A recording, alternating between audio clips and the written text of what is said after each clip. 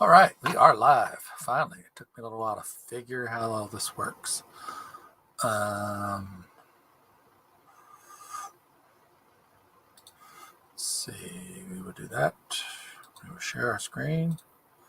Oh my gosh, gonna do this all over again. All right, infinity. All right, let's get rid of that. Get rid of that. Let's get rid of that. All right, so I've had been having some recent conversations with Christians about the authorship of the Gospels and other topics. This is James McGrath. He is a professor of religion at Butler University, I believe. And he posted on his professional page about this author is why do we need to rethink the dating of the New Testament text? It is not a book I plan on reading. It'll be interesting. You'll see what James's reaction was here.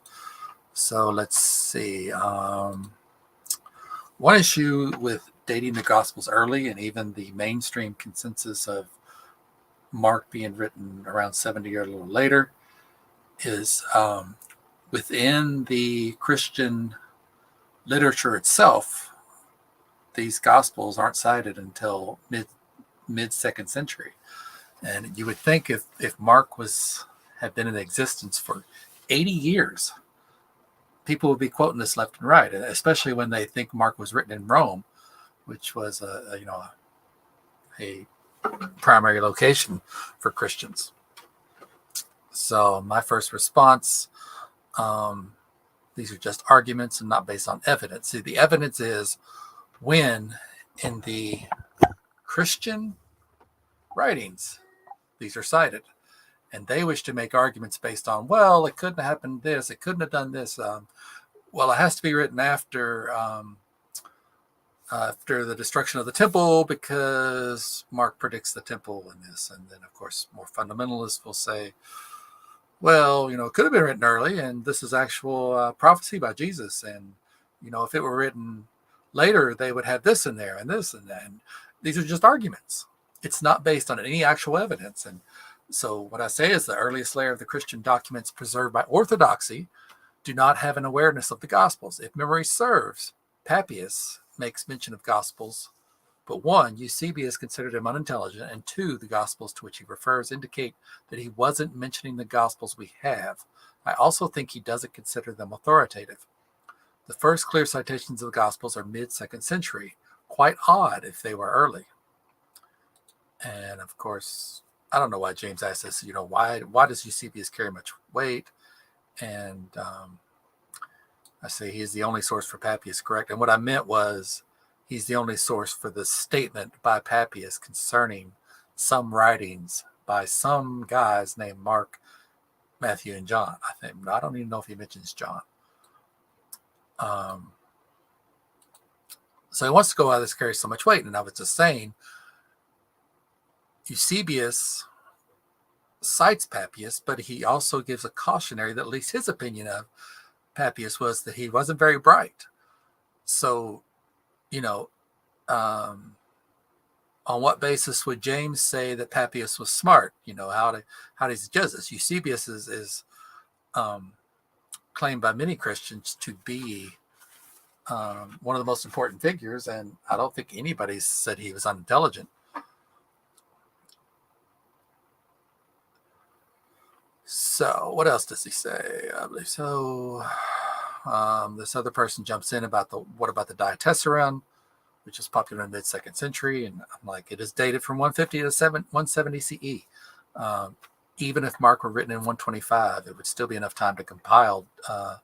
If you don't know, the diatessaron is a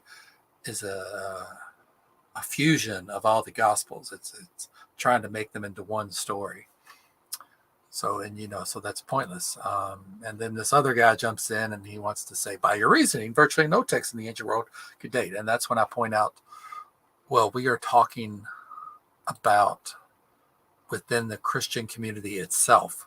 We're not talking about outsiders talking about these Christian documents. This is within the religion itself. And even if maybe, say, the community of Mark doesn't agree with the community of Matthew, why is there no writings from the community of Mark citing Mark? So I point out that, once again, the Gospels are anonymous, and he tries to say they're not, because the traditional attributions, they keep saying traditional. Tradition is not fact. And we're going to be getting to Bart Ehrman's arguments for why they were not written by these people. And I was very surprised. James McGrath is a liberal scholar. He does not consider himself a conservative scholar. And he actually thinks that Mark and Luke are likely to have written their Gospels. He doesn't think Matthew is, because of why would Matthew write this book and then change his own name to Levi?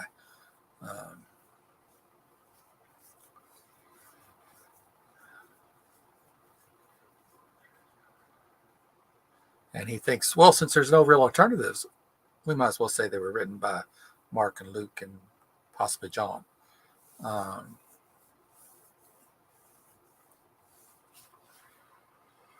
And then at the end here, he says, whether it was this Mark or that John is a different matter, but the names themselves are more likely than correct. Well, it only matters if they're just these anonymous people. Then why does it matter? It has to be John Mark, companion to Paul, and according to Papias, secretary for Peter, Luke, companion of Paul, Matthew, disciple of Jesus, and John, disciple of Jesus. If it's just these other people with those names, why is he fighting so hard? Because they're just anonymous people that we don't know. So I point out, does he agree it's guesswork? He says it's not guesswork. Well, I mean, we can definitely have the latest they could have been written, but the earliest is guesswork. So he tries to say what this book does, and what it does well is to show precisely some of the points I've been making that do not carry the weight I think they do, and much really don't carry weight anyway. So I just go, give me your best argument. All right, give me Bernier's best argument. And he's like, well, it seems like me, you'd read the book. This is what I perceive when people don't actually understand the arguments of a book that they are citing. And all you got to do is say that. I mean, I will say that sometimes. I will say, well, how about this book by Joe Blow? And they will say, well, give me the best argument. I'll say, honestly, I don't understand them. That's all you got to say. And that's fine. That's honesty. But instead, I'm not going to buy this book. I'm not interested in it. There is consensus by scholars that Mark is post-70. So why do I need to look into someone who's arguing for earlier dates, unless, it's a topic that interests me? It's not, and they have to entice me. So that's why I said, give me his best argument. And if they gave me his best argument, then I might go, wow, I need to read this because that's a very good argument. Or I could tell them why I don't find his best argument convincing. And then I have some guys pointing out some stuff, but so here's this one guy jumping in. He's like, just get the book from your library and stop with the give me his best argument stuff. It makes you look closed-minded and turns people off. So I say, have you ever read Earl Darty's or Carrier's works? And he and James laugh about that. And I say, well, why'd you laugh at him? Why are you laughing at that statement? And, I tell him, are you just going to troll, or are you going to admit you did read those works, which by your reasoning makes you closed-minded? Because I have read Craig and I have read Carrier. Have you? Don't accuse me of being closed-minded if you're going to sit there and laugh and say, and then, of course, here's a guy Here's a guy that jumps in actually kind of defending this. He says, one is truly academic, theological, or indeed filled with the Spirit, one is never as sure as Logan is that he doesn't make mistakes. If you want to go to this page and find this thread, you will find I never said that I never make mistakes. What I said was, I was talking about Papias in the context of being quoted by Eusebius concerning the Gospels. And they want to make a whole issue of this instead of actually challenging my arguments. So McGrath goes on about, oh, these are fringe independent scholars, blah, blah, blah. Yeah, so, I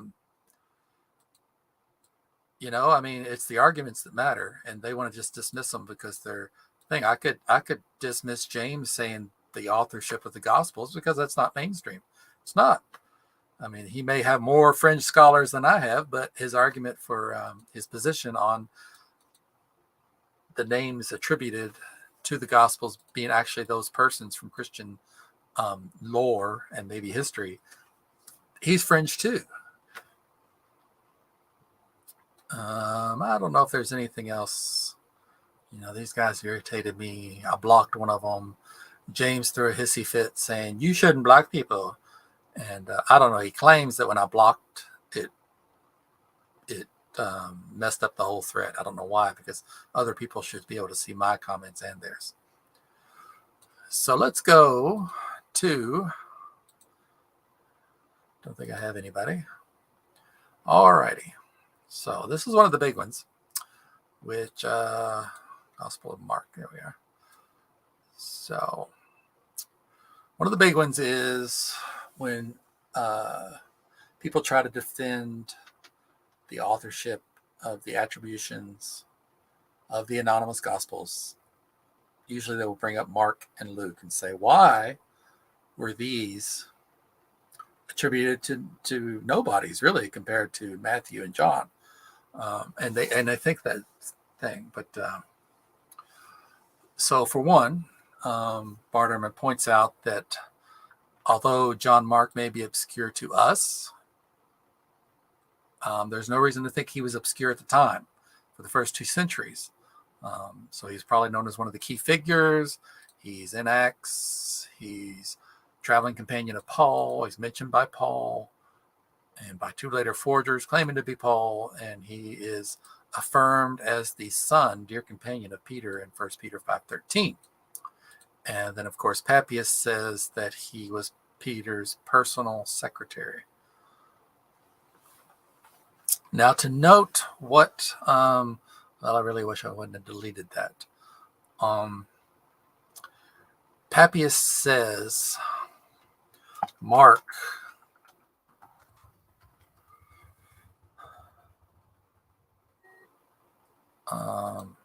was the interpreter of Peter. And hey, boy, where is that? Wow.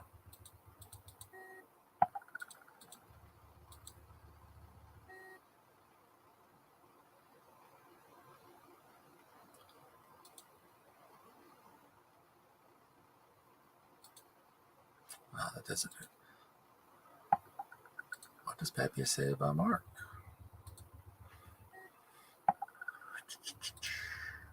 All right, so here we are. He's talking about some elder. I think it's John the elder, not John the disciple or apostle. So the elder used to say, as Peter's interpreter, Mark would write down things as he recalled from memory. As you know, memory is faulty, although he might have gotten the gist of things. And it also says not in an ordered form. The Gospel of Mark is certainly in an ordered form. There is a linear path from the appearance of Jesus all the way to the women discovering the tomb empty. Of the things either son or done by the Lord. Said, of course, because Mark was never with Jesus. But Peter used to give his teachings in the form of Kriē, that is genre literature. But no intention of providing an arrangement of the words of the Lord. Consequently, Mark did nothing wrong when he wrote down some individual items just as related from memory, for he made his not as concerned to omit anything or he heard or falsify anything. This is not the Gospel of Mark. So let's go back here to Ehrman. So why ascribe the Gospel of Mark? They're assuming there's only so many famous people in the history of Christianity.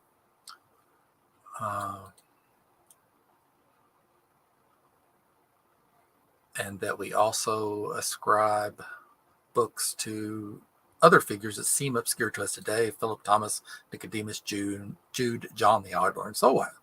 So, why is it such a surprise that somebody would ascribe this to Mark? So here's Ehrman's theory.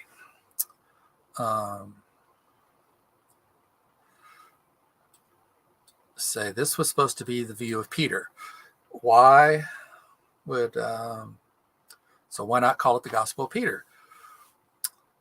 Well, for one thing, there was another Gospel of Peter. Also, Peter was probably illiterate. Peter would have had to go back to school, and from indication by Paul, Paul thought that Jesus was coming soon. So why would Peter be wasting time writing a gospel? And he would have to go back to school to learn. Why would he do that?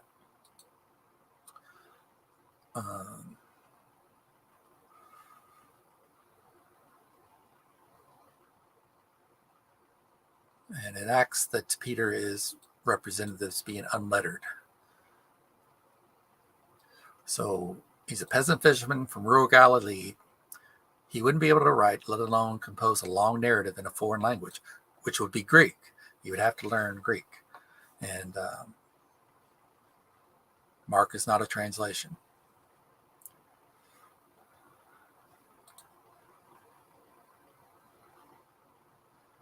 So there's the Gospel of Peter, an apocryphal work. So therefore, since this other Gospel of Peter, if they would have taken the Gospel of Mark and said, oh, this is the Gospel of Peter, then there would have been either confusion or contestment. But instead, they could go, hey, Peter couldn't write. His secretary, there was this rumor that his secretary did it. And so that explains why this was ascribed to Mark. I mean, some Christians act like this is shocking, but it's not. It's perfectly explainable. Mark could have been more famous. And there was the rumor from Papias, which is not about our gospel, but there was that rumor going around by John the Elder. So why was the Gospel of Matthew ascribed?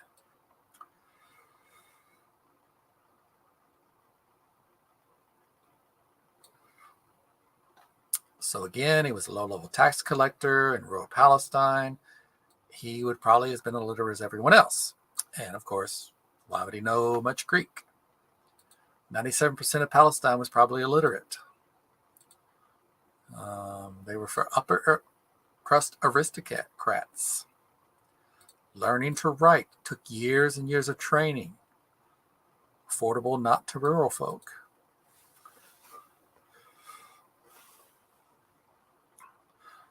First is, this gospel is not in his own language. And remember, Papias says about Matthew that he put the words of Jesus in an ordered arrangement in the Hebrew language. And again, scholars agree that the Gospel of Matthew is not a translation. It was written in Greek. And it's not only written in Greek, but it's in high-level Greek. This isn't just basic stuff. So again, Matthew would have had to go to school, learn all this. Why would he do that? I think this is a bit of an argument from silence. We don't know of a single author who was born and raised and stayed in Palestine during the first century who wrote a book in Greek. Josephus did, but he moved to Rome, and he did learn how to write in Greek after spending most of his life communicating in Aramaic. But he was also from the upper crust. Another reason, he used the Gospel of Mark. Why would Matthew use Mark when he was there as well? And of course, they suspect Q. So that is why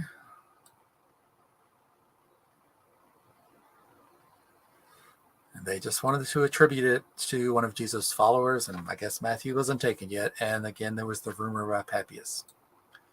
Gospel of Luke. Why would they ascribe the Gospel of Luke to a companion of Paul?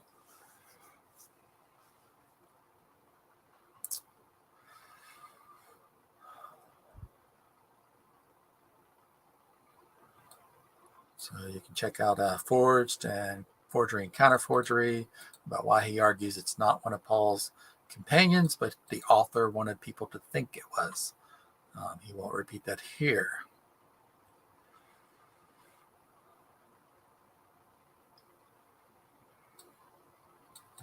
Okay, where does he go? To the reasons. The reason for choosing Luke as the one who wrote Acts is this.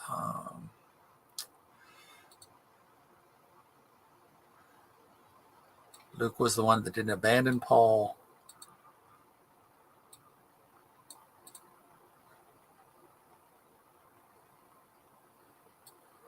So does he actually give arguments? I don't know if he gives arguments. I think maybe it's just the late dating. So we'll skip that. Go to Gospel of John.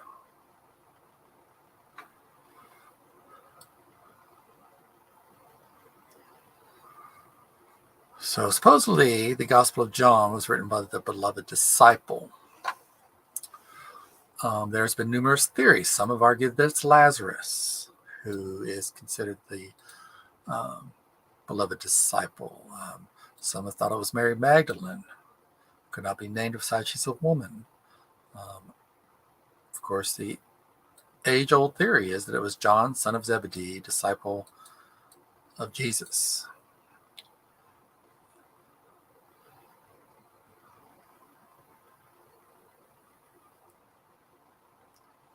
So, there's no one who calls forth Gospel John until Irenaeus and the Muratorian canon.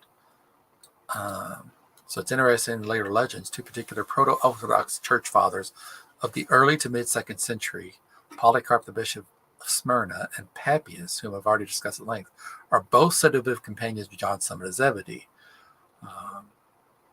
Polycarp is said to have been his disciple, one who sat at his feet, and Papias was eventually credited as being John's secretary.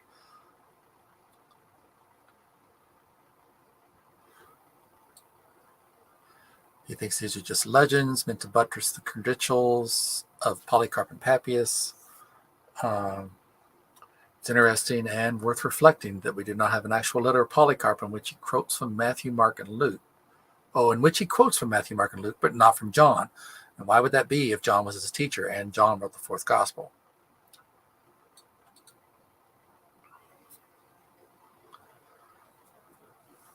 So again, they would just attribute it to John because there wasn't a gospel attributed to him. And even as early as Papias, according to Eusebius, he doesn't cite Papias saying anything about John, even though he was his follower writing the gospel. And we can go over here. This blog, Luther was not born again. Majority of scholars agree. Gospels were not written by eyewitnesses.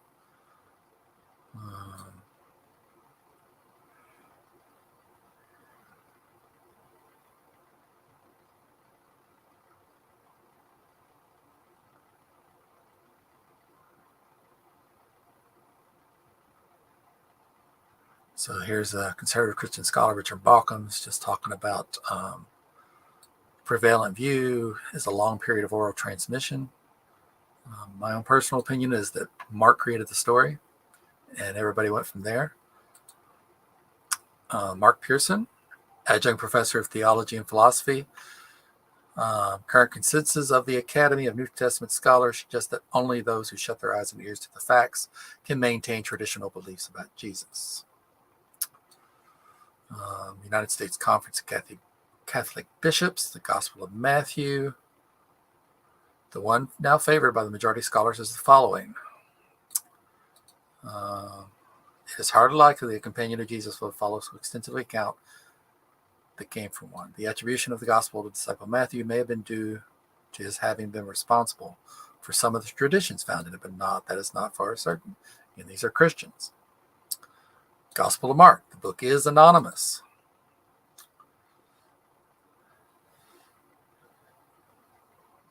Petrine influence, however, should not be exaggerated. The evangelist has put together various oral and possibly written sources, miracle stories, parables, sayings, stories, controversies, and a passion. Traditionally, the gospel is said to be written shortly before AD 70 Rome. Modern research often proposes as the author is an unknown Hellenistic Jewish Christians, possibly Syria, and perhaps shortly after. Gospel of Conference of Catholic Bishops on the Gospel of John.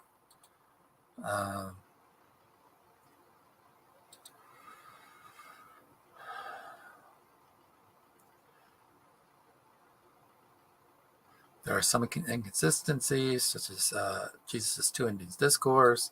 Some scholars have proposed various rearrangements that produce a smoother order. However, some have come to the conclusion that the inconsistencies were probably produced by subsequent editing, in which homogeneous materials were added to a shorter original. So again, they're adding to it. This is not unknown in probably any writings back then, but certainly not in Christian writings. There are one or two letters of Paul that they think were composed from various letters. Again, the highly developed theology. So if this was written by a fisherman, I think John was, in his literary style, he would have to go to school for who knows how long. How could he afford it? Why would he have done it in the first place if Jesus was coming soon? The composition of it. This is a professional writer.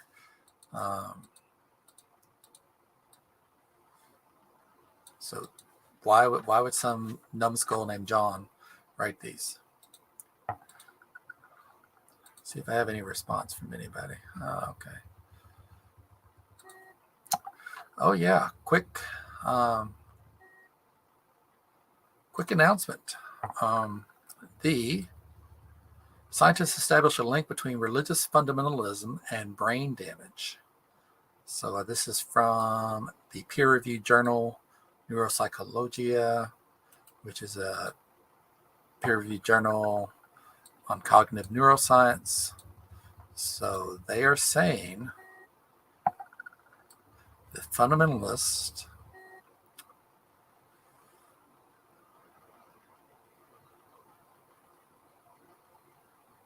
they scanned the brain of veterans with brain trauma and 30 healthy vets. Based on researchers, they predicted that the prefrontal cortex would play a role in religious fundamentalism, since this region is known to be associated with something called cognitive flexibility. The term refers to the brain's ability to easily switch from thinking about one concept to another and to think about multiple things. It allows organisms to update beliefs in light of new evidence.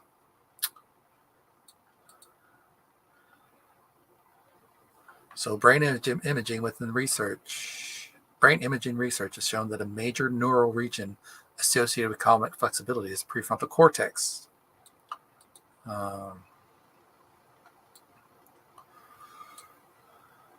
So according to Dr. Grafman and his team, since religious fundamentalism involves a strict adherence to a rigid set of beliefs, cognitive flexibility and open-mindedness present a challenge for fundamentalists. I'm going to show that in a second. As such, they predicted that participants with lesions to either those funky words would score low on measures of cognitive flexibility and trait openness. The results showed that, as expected, damage to these were associated with religious fundamentalism.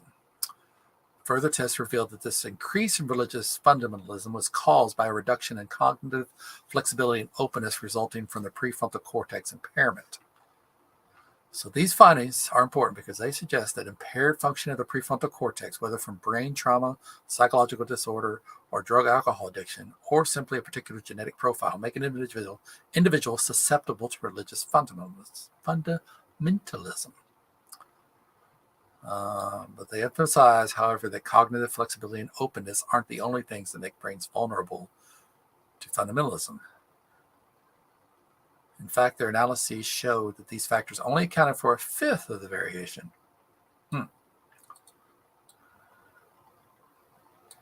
So I do know that there's a difference in brain structure between liberals and conservatives. Conservatives generally have, there's a fear area, and conservatives generally have a larger part of their brain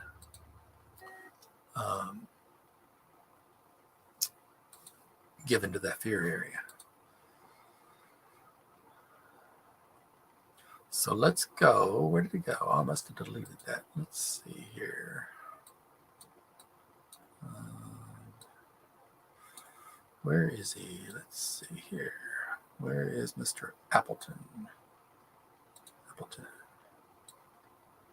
Appleton? Maybe. Oh, there he is.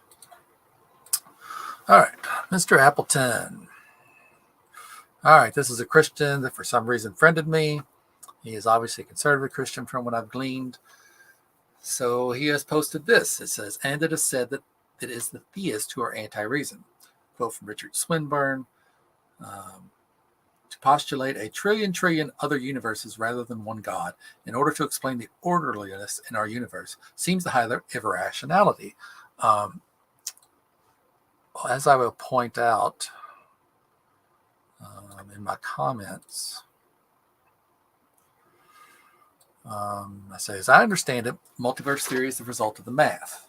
They didn't propose it. It was a product. So that they were doing all this math, and they finally came to a product that indicated to them that the multiverse is likely from this math. So it's not speculation. Of course, he says it's mathematical speculation. No, it's not mathematical speculation. This is physics. This is math. And it's like trying to say, what is 4 divided by 2? And the product is 2. And him trying to claim this is mathematical speculation. No, I'm saying this is what the math says. And of course, we can demonstrate it. But it is what the math says. So he will go on. I say, he says it's speculation. And I said, well, so is religion, speculation. And he will say, there is no evidence of by definition of a universe that is not our own. Of course, evidence is the math again. Speculation. And that's what it is. And I say, well, and he says, nothing wrong with that, but that's what it is. I say, there is zero evidence there is a God. Something wrong with that. Nothing wrong with that. Oh, I miswrote. I have to edit this. Although the damage has been done. A lot of times I'm at work on my phone, and I do need glasses, so sometimes I can't tell what I'm writing. So there is zero evidence there is a God. Nothing wrong with that, but it's what it is. Always try to turn theists' words against them. Although they don't always notice. Notice that article I just cited. We're going to watch John do this. That is not the question we're addressing. We're addressing the evidence for the multiverse. No, you posted a meme, and I am pointing out how it is fallacious. So notice this, how he will try to claim I'm changing the topic, and watch what he does later. So he says, that is not the question you're addressing. I say, no, you posted a meme that accuses positing something that is the product of that math, which is like blaming me for thinking 1 + 1 = 2, is more irrational than believing in God. That's your OP. Please understand what you post or don't post it. He says, the posted comparison as to how outlandish it is to believe a myriad universes as to one that created a God. Again, he just said it wasn't that. In that sense, you are correct, but there's no evidence of the multiverse, only speculation. And I say, and no evidence of God. Sounds like a tu quoque fallacy. So then he goes on about being fine-tuned. I say, why does God need a fine-tuned universe? Naturalism needs that, not God. And you probably heard this before if you've ever debated Christians. A fine-tuned universe is evidence of an intelligent designer. However one wants to define that.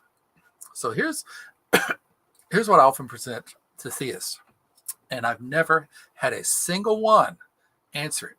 Again, a fundamentalist cannot switch his gears and think about things outside the box.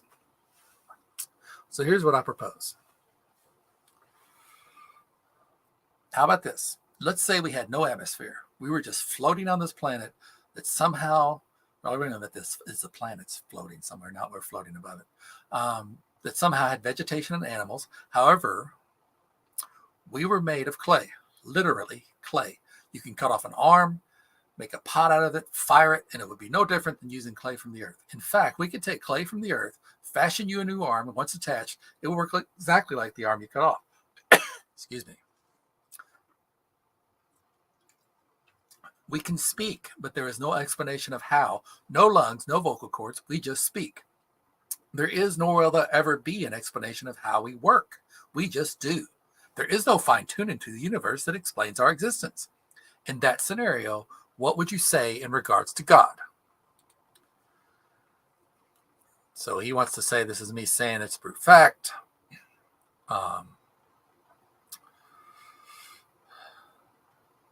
I'm not saying it's brute fact. I'm just saying we just work. He doesn't understand the idea I'm getting to at all. So I just say, you didn't answer. And he says,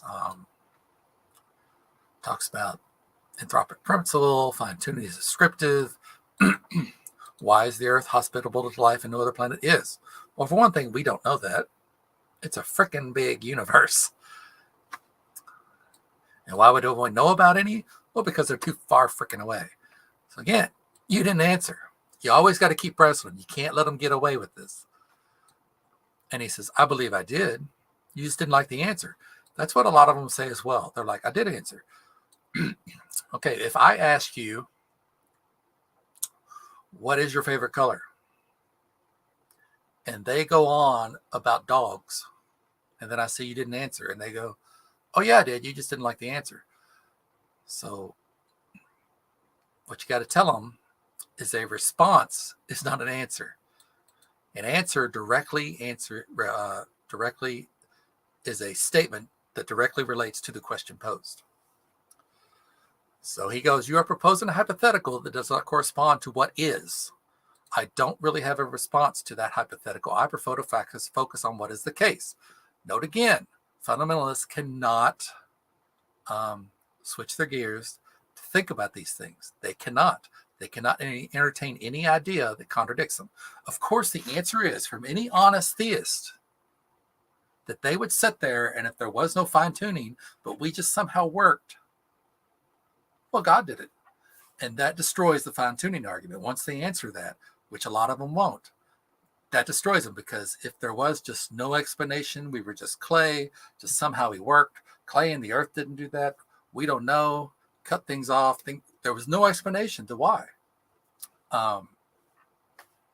That destroys fine-tuning, the position that fine-tuning demonstrates God. Because if there was no fine-tuning and we just worked, they would still say God did it. That is my counter to these guys, and I've never had an honest theist answer it. So he prefers to focus on what is actually the case. Tell him you should not speculate about God.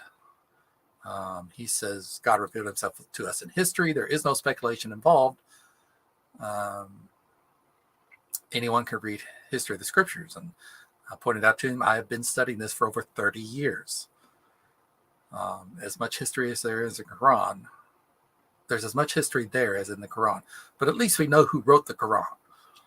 And I don't know why he jumped to this. He says, do you consider yourself a Jesus mythicist? There was nothing above that said this. Of course, I know his goal, but I still don't know why it came up in conversation. And I say, yes, but that is irrelevant to this conversation. He wants to know how I came to it. I told him. So then he goes on to the typical thing. I'm sure you're aware that the position is a fringe one, blah, blah, blah. But I told him you are not on topic. His OP is about multiverse and God did it. He wants to switch to the historicity of Jesus and the reliability of the Bible. Yet somehow he's staying on topic and I'm not.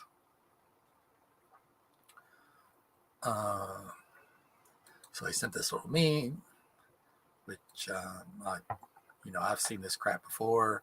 It compares all these things. I'm like, oh my gosh, look how many stuff we have about the New Testament.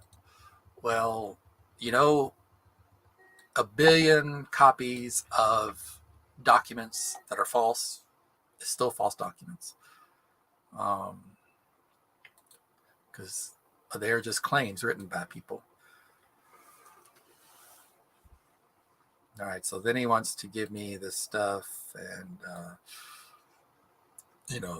I guess we're down to 3 facts now. It used to be the 4 facts argument. Jesus existed. Jesus died on the cross. The disciples firmly believed that he rose from the dead. And my post to him: demonstrate the disciples existed, because nowhere in Paul, nowhere in the earliest layer of Christian documents that we know of, does Paul call any of those people disciples. None of them. I don't think you find disciples in that context about the people that follow Jesus, that supposedly follow Jesus around.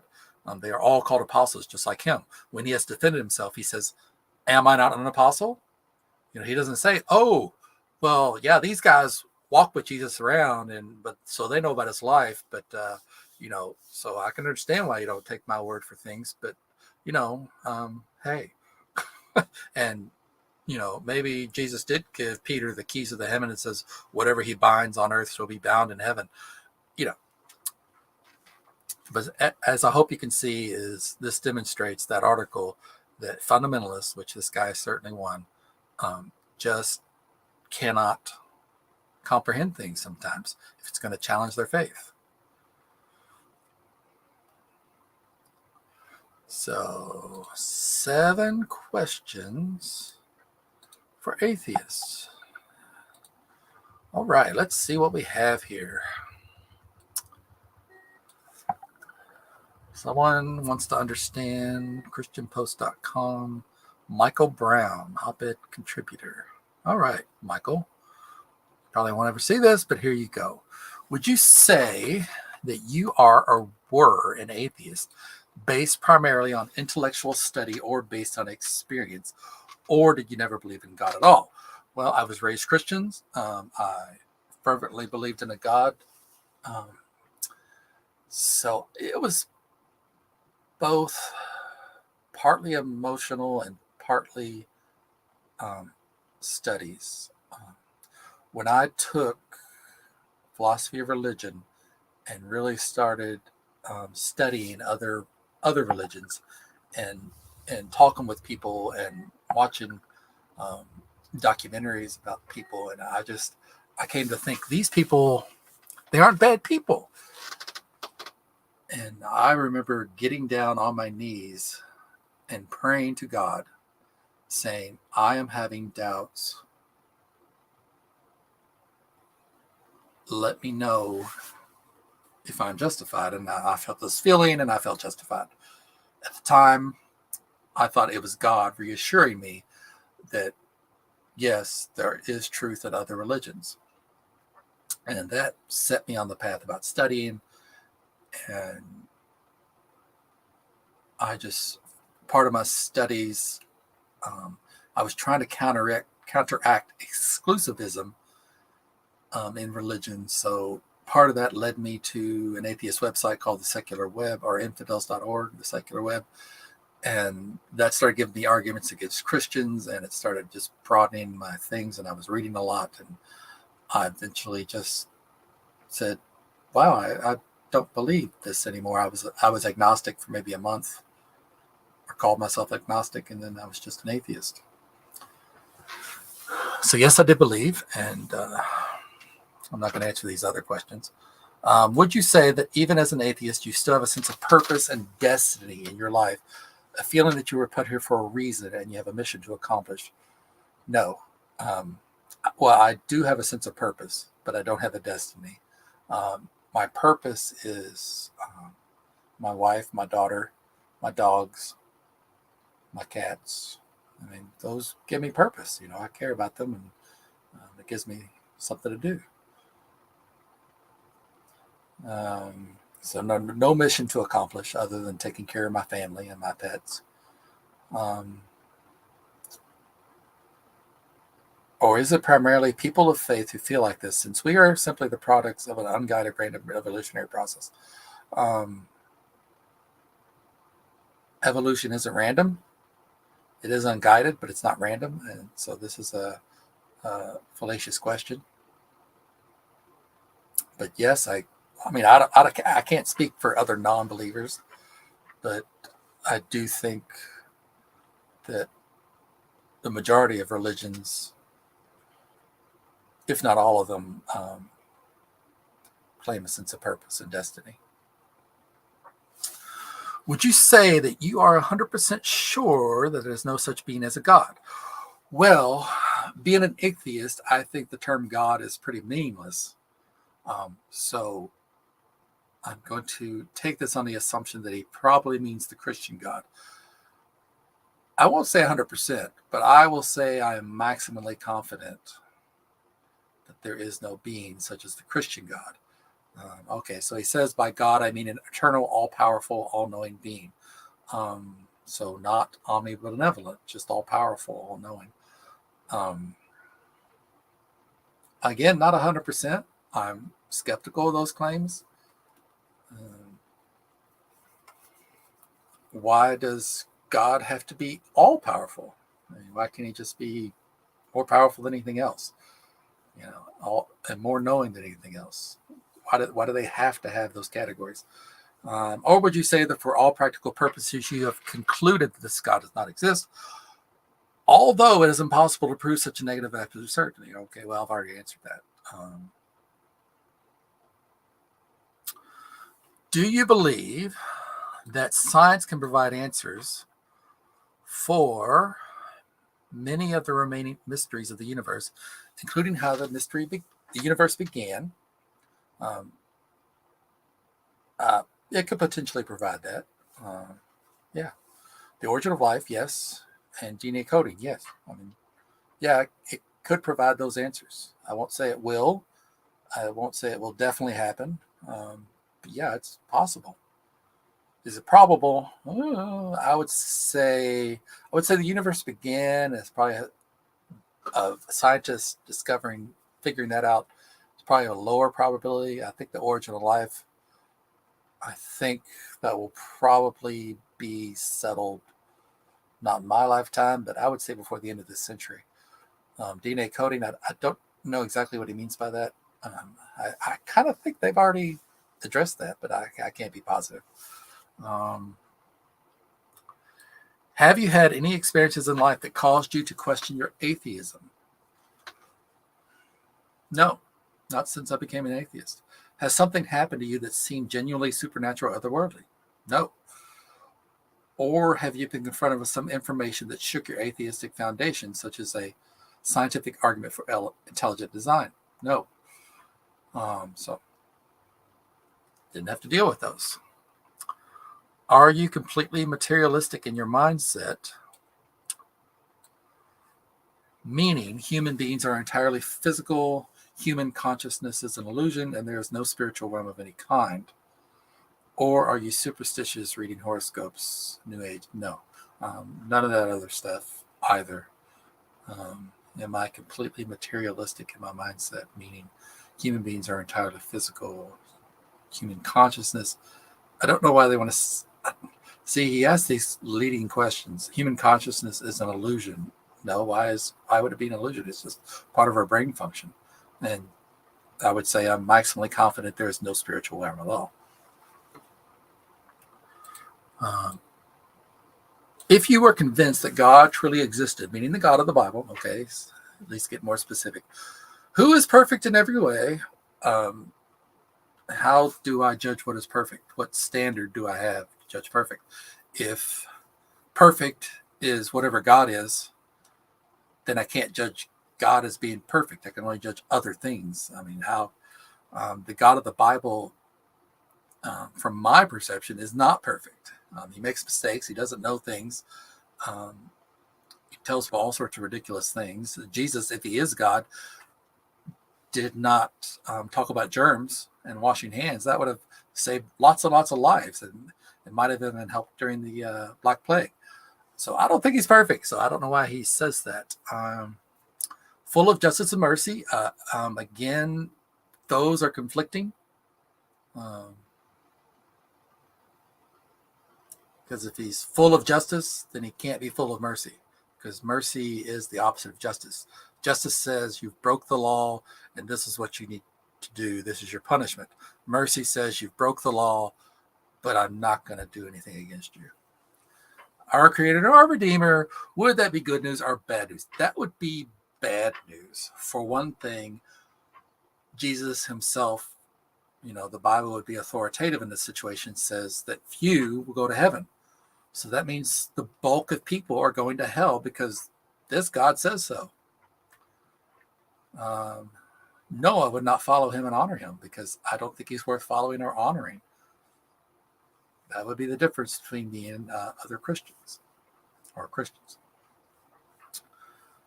So that is my response to the 7 honest questions, although some of them are leading for atheists.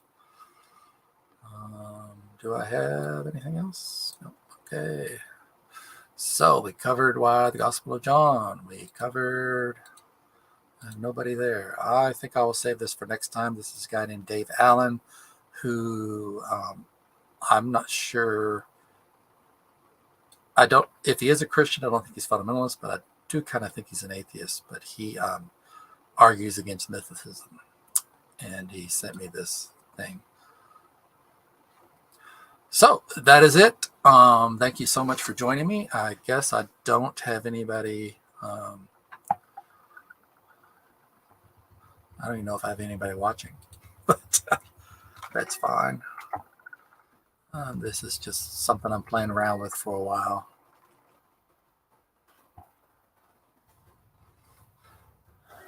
So let's see. Power block. Yeah.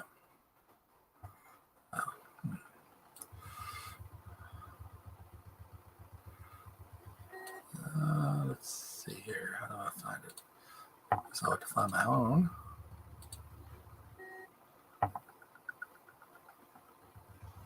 Oh, look, it's me.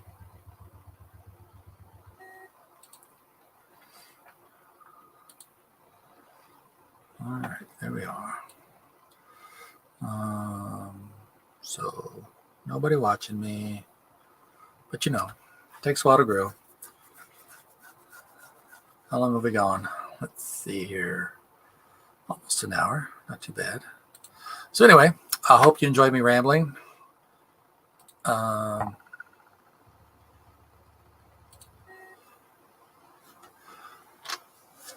I'll try to make these more organized. Things have been kind of hectic for a while. I can't believe it's been a month since I last recorded. It's remarkable. I'm trying to find other shows to get on, but these things are hard to find. If anyone knows of other shows where people like this can participate, and I enjoy just doing them, let alone getting attention from my channel. So if you have any comments, questions, concern, as everybody says when they do these things, please hit the like button, please hit the subscribe button, blah, blah, blah. So that would be it. I'll try to find some more material to cover. If there's something specific you want me to try to cover, perhaps I can do something. I will be more than likely unavailable for the next week or so. I'm going away.